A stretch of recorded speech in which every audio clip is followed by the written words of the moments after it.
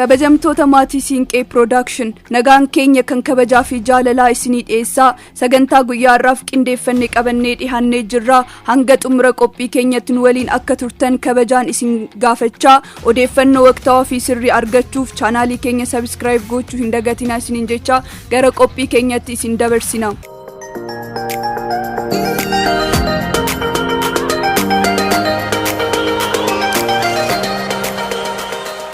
Manni maree US wixinee seera TikTokii dhorkuu malu dabarse.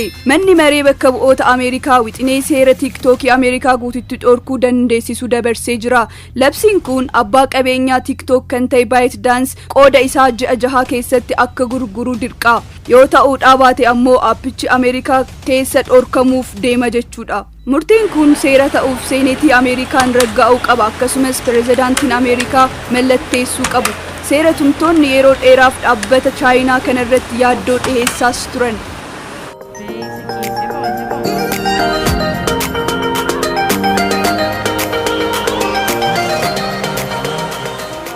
Appiin viidiyoo TikTok shamarranii fi dargaggoota biratti guutummaa addunyaa irratti baay'ee beekamaa fi jaallatamaadha. Haa ta'u malee miidiyaan hawaasaa abbaan qabeenyummaa isaa Chaayinaa ta'e kun nageenya daataa fayyadamtootaa fi hidhata mootummaa Beijing waliin qabuun gaaffiin irratti ka'aa jira. Namoonni siyaasaa US wixinee seera abbaa qabeenyaa TikTok appii miidiyaa hawaasa guddaa kana akka gurguru dirqisiisu irratti falmii gaggeessaas jiru.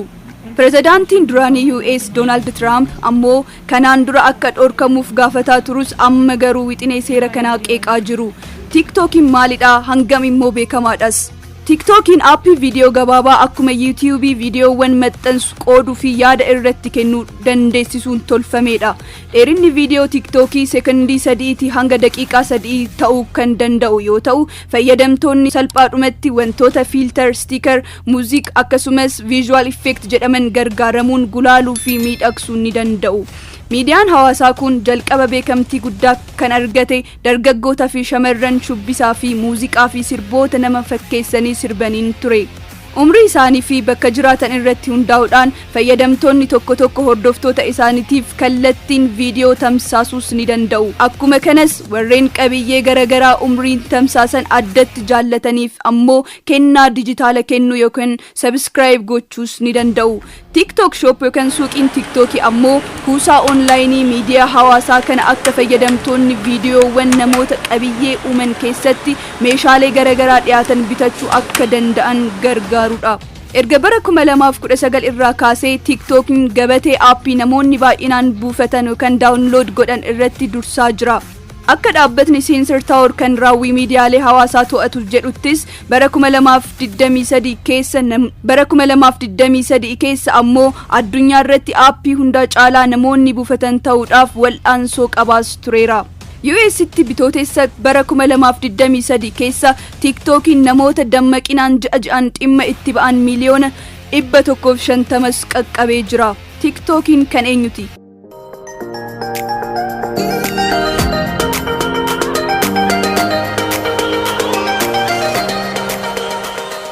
TikTokiin qabeenyummaan isaa kan kaampii Chaayinaa ByteDance jedhamu bara 2012 keessa hundeeffameeti. Dhaabbanni buufata isaa Beijing godhate kun odola Cayman keessatti kan galmaa'e yoo ta'u waajjiraalee garagaraa guutummaan Awurooppaa fi US keessaayis ni qaba. TikTokiin sooftiweerii viidiyoo ittiin gulaalan CapCut jedhamus qaba. Kana malees aappiiwwan garagaraa kanneen Douyin Chaayinaatti TikTokiin kan bakka bu'u dabalatee Chaayinaa keessatti qofa argamanis ni qaba. Mana barumsaa biizinasii Harvarditti baratee hojii shaakaluu ammoo Feesbuukii keessatti jalqabe. Interpreneura Singaappoor kan ta'e Shou Ziqiao hojii gaggeessaa olaanaa TikTok haa ta'u malee xiinxaltoonni garuu hundeessaan ByteDance kan ta'e Zhang Yemin nama murtee jajjaboo ta'an kennanidha jedhaniis ni amanu. TikTokiin akkamiin hojjeta? TikTokiin yeroo ka'u algooriizimiin isaa murteessaa ta'uun beekamaadha.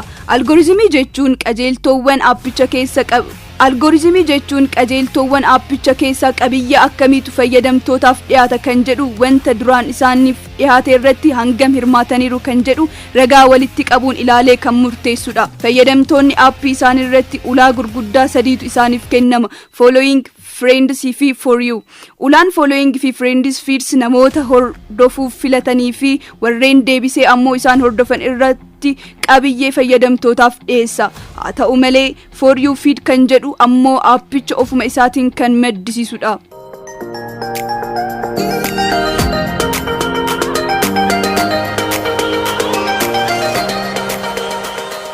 Ulaawwan kunneen bakka fayyadamtoon irra caalan irratti argaman yoo ta'u warri qabiyyee uumanis bakka kana irratti qabiyyee isaanii gadhiisuuf hedduu jaallatu. Bakka kana irratti viidiyoon hojjetamee jaallatamnaan hangi TikTok irratti daawwatamu miiliyoonotaatti ol guddachuus ni danda'a. TikTokiin maaliif falmisiisaa ta'e?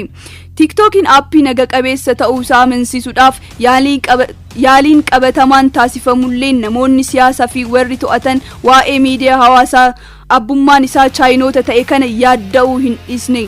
Akkuma miidiyaalee hawaasaa warra kaanii TikTokiin fayyadamtoota irra ragaa ni sassaaba. Haa ta'u malee hangam akka sassaabuu fi eenyu ragaa sassaabuu kan argachuu danda'u kan jedhu irratti gaaffiin ka'an isa mudachaa jira.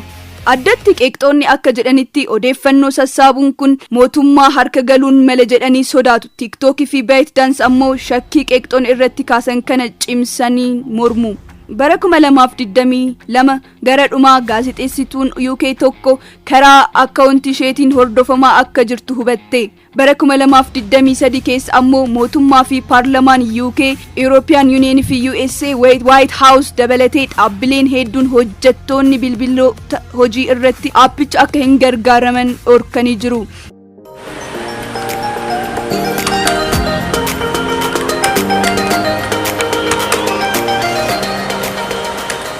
TikTok irra deddeebiin abbootii qabeenya Chaayinaa irraa of fageessuu yaalurra darbee qaamoleen to'ataniif wabii kennuu irratti hojjechaa jira. Wixneen seera TikTok dhorkuuf dhiyaate. Namoonni siyaasaa US paartileen siyaasaa jajjaboo biyyattii lamaan irraa ta'an wixnee seera dhaabbileen masaanota biyya alaatiin to'ataman dura dhaabbachuuf gargaara jedhan bitootessa bara 2024 keessas qopheessanii jiru.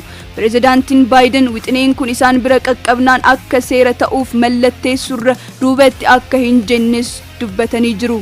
Tarkaanfiin amma wixnee seera qopheessuu kun yaalii kanaan dura aanga'oonni Ameerikaa yaaddoo nageenya irraa kan ka'een aappicha fayyadamuu irratti daanga'aa gochuu yaalutti aanee kan dhufedha.